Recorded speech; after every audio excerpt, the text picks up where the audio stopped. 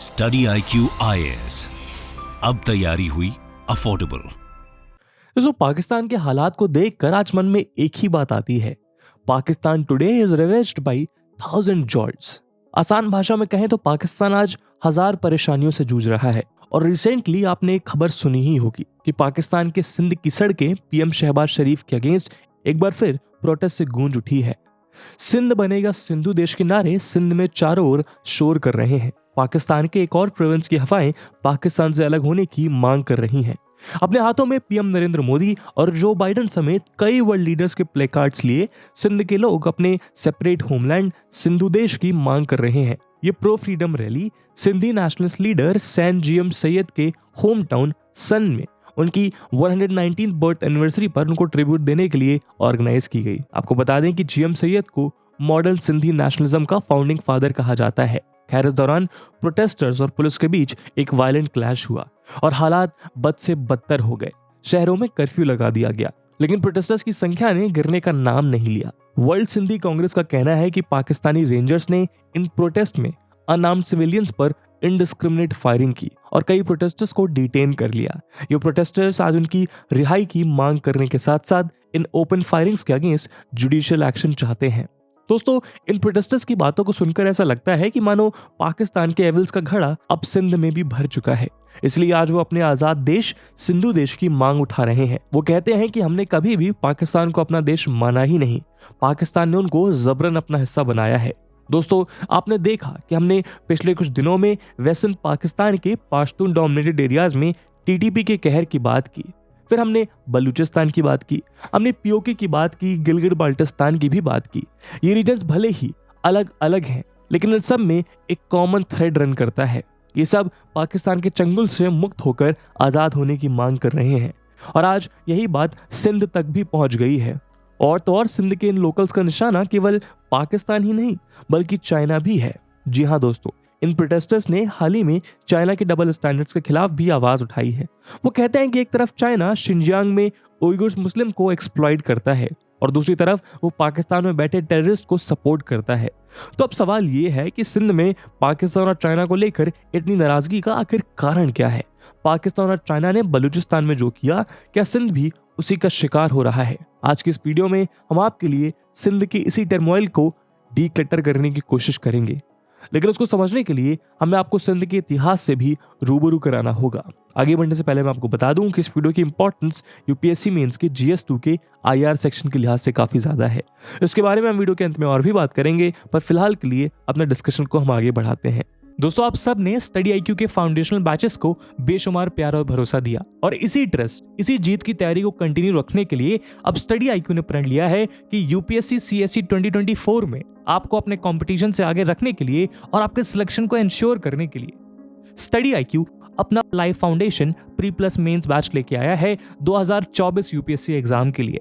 इन batches में दोस्तों आपकी तैयारी के हर एक डायमेंशन को एक्सटेंसिवली कवर किया जाएगा और इसके लिए आपको मिलेगा 1000+ आवर्स का लाइव कंटेंट, जिसमें एनसीईआरटी से लेके रेफरेंस बुक, प्रीलिम्स के लिए प्रैक्टिस क्वेश्चंस, मेंस के answer writing practice, weekly revision test, hand written notes और आपकी प्रिपरेशन में हर कदम आपके साथ चलने के लिए 1-to-1 मेंटोरशिप। और दोस्तों, ये सब कुछ आपको मिलेगा 18,999 के सुपर डिस्काउंटेड प्राइस पे अगर आप AG live coupon code use करते हैं। इन बैचेस में एडमिशन की लास्ट डेट 22 जनवरी है, जिसमें क्लासेस की टाइमिंग मॉर्निंग 8 AM रहेगी। देश तो अब आप भी पूरे देश के एस्पिरेंट्स के साथ बोलिए कि आप तैयारी हुई अफोर्डेबल स्टडी IQ के साथ। बाकी सभी अपडेट्स के लिए आप मुझे मेरे सोशल मीडिया हैंडल्स पे फॉलो कर सकते हैं। तो आइए शुरुआत करते हैं बेसिक्स के साथ। दोस्तों, सिंध पाकिस्तान के 4 प्रोविंसेस में से एक है। पाकिस्तान के साउथ ईस्टर्न रीजन में मौजूद सिंध लैंड के टर्म्स में पाकिस्तान का 3rd लार्जेस्ट और पॉपुलेशन के टर्म्स में उसका 2nd लार्जेस्ट प्रोविंस है। ये वेस्ट और नॉर्थ वेस्ट में बलूचिस्तान, नॉर्थ में पाकिस्तानी पंजाब, ईस्ट में इंडिया के गुजरात और राजस्थान और साउथ में अरेबियन सी को बॉर्डर करता है। सिंध के मेन लैंडस्केप में इंडस रिवर से नीचे जाने वाले एलुवियल प्लेन्स मौजूद हैं, जिसके ईस्टर्न पोर्शन में थार डेजर्ट और वेस्टर्न पोर्शन में कीर्थर माउंटेन्स मौजूद हैं। इंडस रिवर, जिसको संस्कृत में सिंधु कहा जाता है, उसी से इस रीजन को इसका नाम मिला। कहा जाता है कि सिंध का सबसे पहला मेंशन हमें महाभारत में देखने को मिला, जब सिंध के आर्यन किंग जयद्रथ ने लॉर्ड कृष्णा के साथ युद्ध किया। इस रीजन की सबसे बड़ी खासियत यह है कि मानव इतिहास की ग्रेटेस्ट सिविलाइजेशंस में से एक इंडस वैली सिविलाइजेशन के सेंटर स्टेज पर रहा है। सिंधीज खुद को इंडस वैली सिविलाइजेशन के नेटिव्स का डिसिडेंट्स बताते हैं। सिंध और उसके नेबरिंग रीजन्स अपने पास इंडस वैली सिविलाइजेशन की अनूठी सौगात छुपाए बैठे हैं। यूनेस्को की 2 वर्ल्ड हेरिटेज साइट मकली नेक्रोपोलिस और मोहनजोदारो इसके मुख्य उदाहरण हैं। खैर, इंडस वैली सिविलाइजेशन के बाद इस रीजन की फेयरली रिकॉर्डेड हिस्ट्री हमें 6 से 4 सेंचुरी बीसी के बीच यहाँ हुए पर्शियन इन्वेजन्स के साथ मिली। तो आइए आपको इसके रिकॉर्डेड इतिहास का एक ब्रीफ टूर कराते हैं। तो दोस्तों 325 बीसी के करीब इंडस के इस रीजन में ग्रीक रूलर अलेक्जेंडर का इन्वेजन हुआ। इस समय सिंध को हिंदू रूलर राजा सहसी के द्वारा रूल किया जा रहा था। अभी तक मुख्य तौर पर यहाँ हिंदुइज्म का प्रचलन था, किंतु 313 बीसी में चंद्रगुप्त मौर्य की एंट्री के साथ यहाँ पर बुद्धिज्म का भी आगमन हुआ। सिराज ई टाकरी नामक बुद्धिस्ट सिटी आज भी सिंध के अपर पार्ट में पाई जाती है। यहाँ आज भी बुद्धिस्ट आर्किटेक्चर के कुछ क्रूशल रिमेन्स देखने को मिलते हैं। खैर, इसके बाद गुप्त पीरियड के दौरान एक बार फिर से हिंदुइज्म सिंध का डोमिनेटेड कल्चर बन गया। उधर मिडिवल एज में प्रॉफिट मोहम्मद की डेथ के बाद अरब्स ने पर्शिया के बियॉन्ड जाकर खुद को ईस्ट में सिंध तक एक्सपैंड करना शुरू किया। रशीदुन खिलाफत द्वारा किए गए इनिशियल इन्वेजन्स के दौरान सिंध और इस्लाम के सबसे पहले कनेक्शंस स्टैब्लिश हुए। हालांकि रशीदुन आर्मी ने यहाँ पर बार बार अटैक्स किए, किंतु ये रीजन मुस्लिम रूल के हाथ 712 सी से पहले नहीं लगा। उस समय यहाँ हिंदू ब्राह्मण रूलर राजा दाहिर का रूल प्रेवलेंट था। इस समय इस रीजन की 64% पॉपुलेशन हिंदुइज्म को फॉलो करती थी।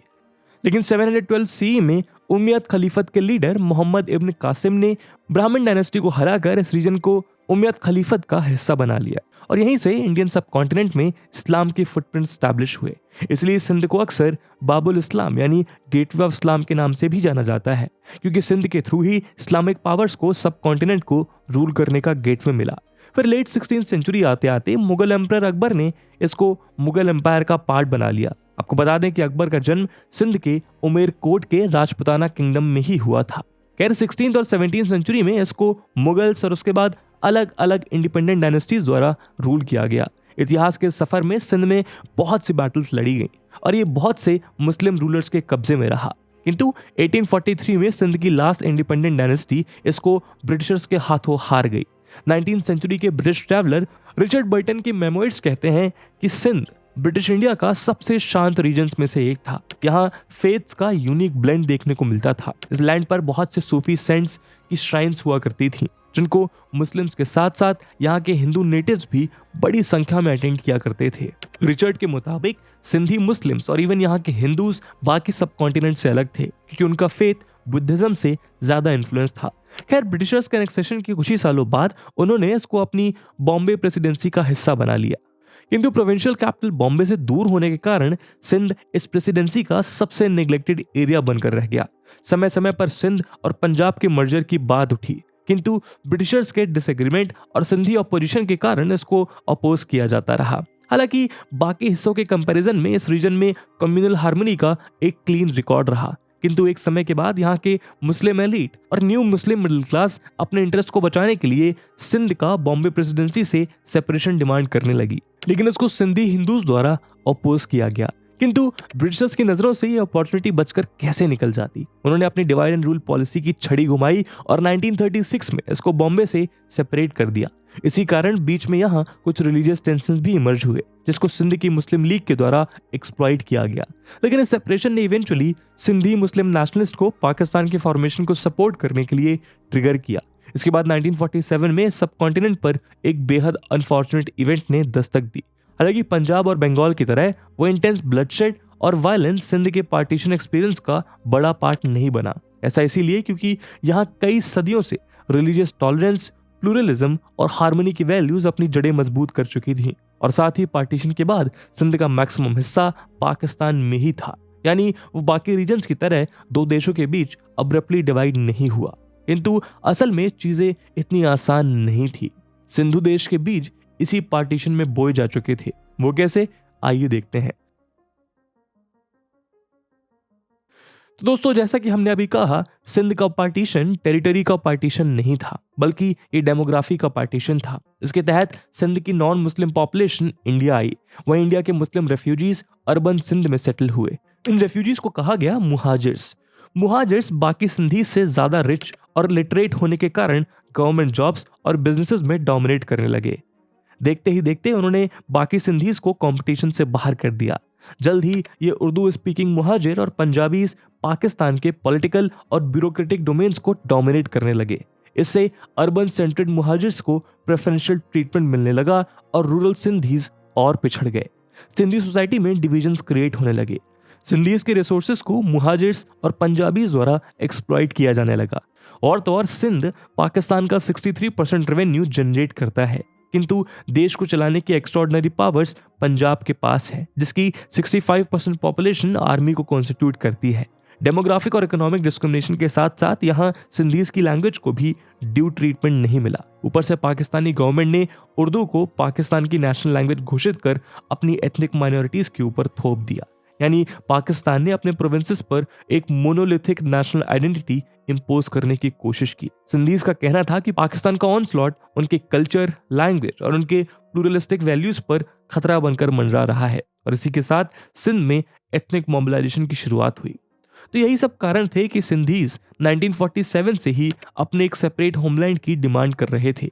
इन्हीं सर्कमस्टेंसेस के बीच सिंध की पॉलिटिकल पार्टीज एक सेपरेट सिंधी स्टेट सिंधु देश की डिमांड्स उठाती रहीं।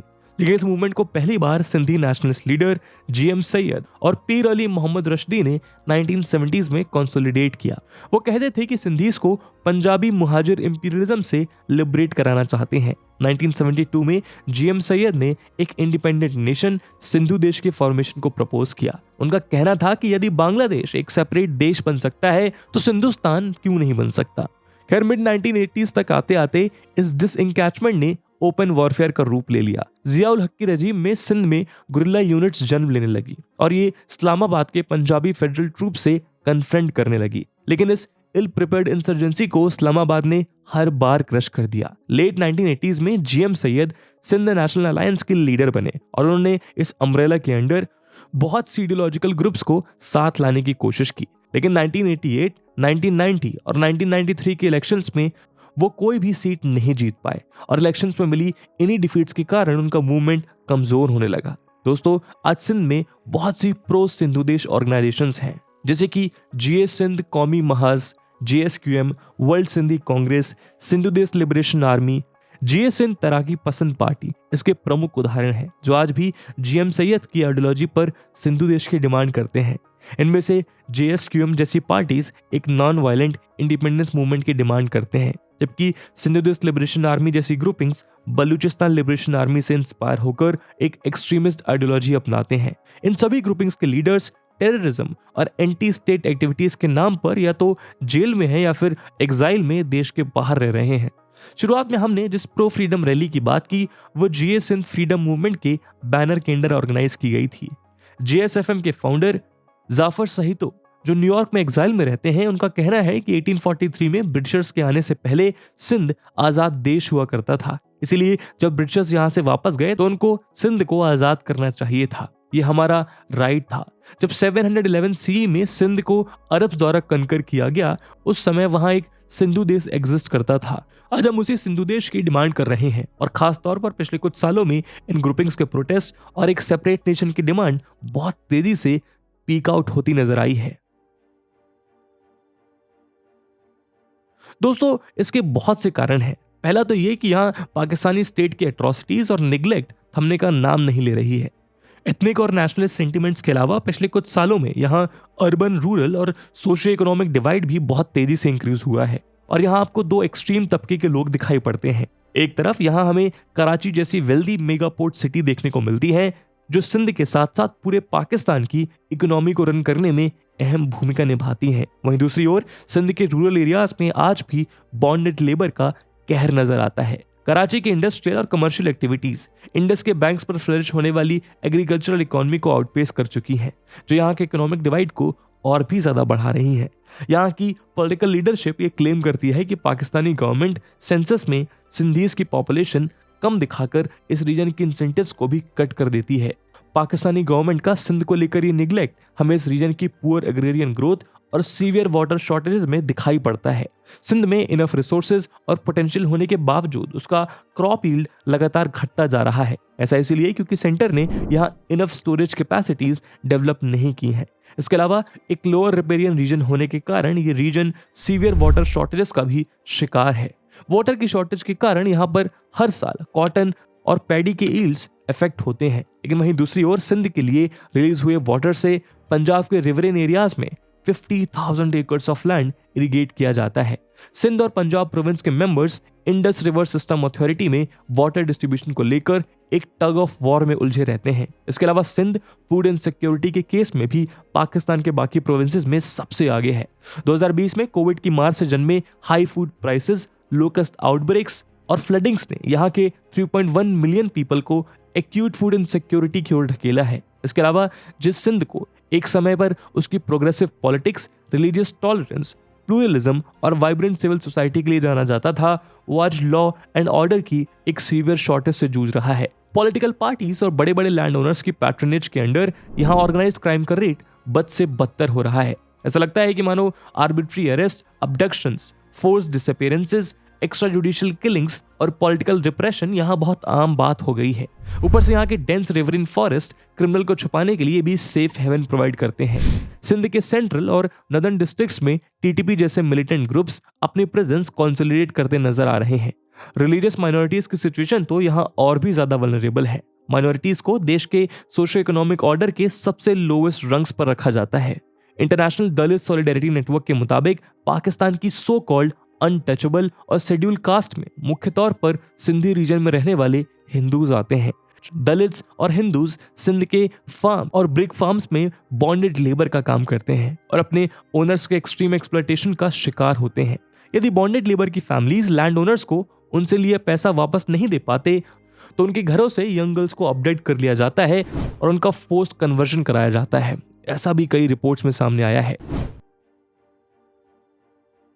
दोस्तों, इसके अलावा पिछले कुछ सालों में यहाँ पर पाकिस्तान आर्मी की एट्रोसिटीज ने भी खूब रफ्तार पकड़ी है। सिंध के बहरिया टाउन्स और defence housing authority Pakistan military द्वारा सिंध का लैंड ऑक्युपाई करने के नए वेपन्स बन चुके हैं।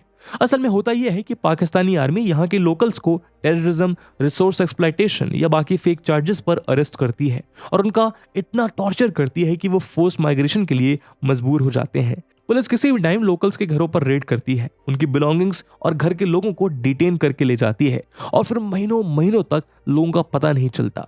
साथ ही विलेजर्स को उनका लैंड बहुत कम कीमत पर सेल करने के लिए मजबूर किया जाता है और तो और इस लैंड को फिर 2500% ज्यादा प्राइस पर लैंड डेवलपर्स को बेच दिया जाता है। लोकल्स के मुताबिक ये उनके हजारों सालों के इतिहास का वर्स्ट कॉलोनियल ऑक्युपेशन है। वो कहते हैं कि पाकिस्तानी आर्मी उनके सभी रिसोर्सेज जैसे कि गैस, ऑयल, कोल, वाटर, आइलैंड, लैंड और जॉब्स पर कब्जा करना चाहती है। लेकिन इससे भी ज्यादा कंसर्निंग बात यह है कि इन एक्वायर्ड लैंड्स का एक मेजर पोर्शन चाइना को गिफ्ट करने के लिए यूज होता है। JSFM के लीडर जाफर सहीतो कहते हैं कि चाइना को उनकी नेचुरल रिसोर्सेज, इंडस्ट्री और फार्मलैंड्स को एक्सप्लॉइट करने की खुली आजादी दी गई है। उनके मुताबिक वो दिन दूर नहीं जब सिंधीज चाइनीज स्लेव्स बन जाएंगे। उदाहरण के लिए अब से कुछ समय पहले पाकिस्तानी प्रेसिडेंट अरीफ अलवी ने आइलैंड डेवलपमेंट ऑर्डिनेंस पास किया। इसके मुताबिक यदि गवर्नमेंट कराची पोर्ट के पास सिंध के आइलैंड को एक्वायर कर लेती है तो उस पर पुलिस, जुडिशरी और लैंड गवर्नमेंट का कोई ज्यूरिसडिक्शन नहीं होगा। इसमें एक दूसरा कंट्रोवर्शियल क्लॉज ये कहता है कि गवर्नमेंट इस ऑर्डिनेंस के थ्रू इस लैंड को बेचने का राइट भी रिटेन करती है, यानी गवर्नमेंट इनके लैंड को किसी भी बड़े इन्वेस्टर को बेच सकती है और पाकिस्तान के लिए ये बिग इन्वेस्टर चाइना ही है। दोस्तों, दुनिया में शायद ही ऐसा कोई दूसरी गवर्नमेंट होगी जो अपने नेशनल एसेट यानी लैंड को इस तरह बेचती हो। इस ऑर्डिनेंस के रिस्पांस में सिंधीज का कहना है कि गवर्नमेंट यहाँ पर चाइनीज सिटीजन्स या फिर उनके नेवल पर्पसेस के लिए मेगा सिटीज बिल्ड करने का प्लान कर रही है और इसीलिए वो चाइना के काम में जुडिशरी, पुलिस या लोकल अथॉरिटीज का इंटरफेरेंस नहीं चाहती है। तो दोस्तों, इस सब टर्मोइल के बीच सवाल ये उठता है कि ये सर्कमस्टेंसेस तो सिंध में बहुत समय से प्रिवेल कर रहे हैं। ऐसे में आज ये प्रोटेस्ट इतने एग्रेसिव क्यों हो रहे हैं? यहाँ सबसे पहला रीजन तो ये है कि आज सोशल मीडिया की मदद से लोकल्स आज अपनी बात दुनिया तक आसानी से पहुंचा पा रहे हैं, जिससे उनको ग्लोबल ऑडियंस के साथ साथ उनके डायस्पोरा का भी सपोर्ट मिल रहा है। देश की मेन स्ट्रीम मीडिया जिन न्यूज को कभी एयर नहीं कर पाती, इंटरनेट के राइज से उनको उनकी ड्यू कवरेज मिल पा रही है।